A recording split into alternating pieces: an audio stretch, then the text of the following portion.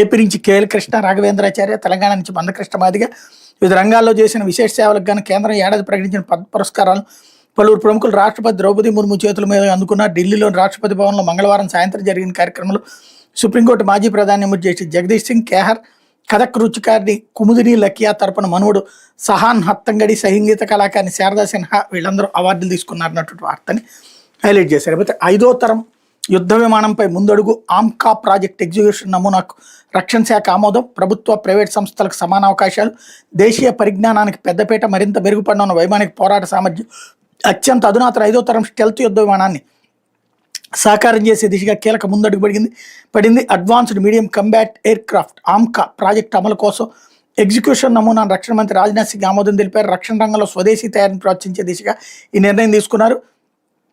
దేశీయ పరిజ్ఞానంతో ఆమ్కా ప్రాజెక్టుపై భారత్ కొంతకాలంగా కసరత్తు చేస్తోంది. దీని కింద మధ్యస్థ బరువు కలిగిన అధునాతన స్టెల్త్ యుద్ధ విమానాన్ని అభివృద్ధి చేస్తోంది. ఇది శత్రువుల రాడార్లను ఏమార్చి వారి గగనతలంలోకి లోతుగా చొచ్చుకెళ్తుంది. దీని ద్వారా భారత వైమానిక పోరాట సామర్థ్యం మరింత మెరుగుపడుతుంది. పరిశ్రమల భాగస్వామ్యంలో బెంగళూరులోని ఏరోనాటికల్ డెవలప్మెంట్ ఏజెన్సీ దీన్ని అమలు చేస్తుంది.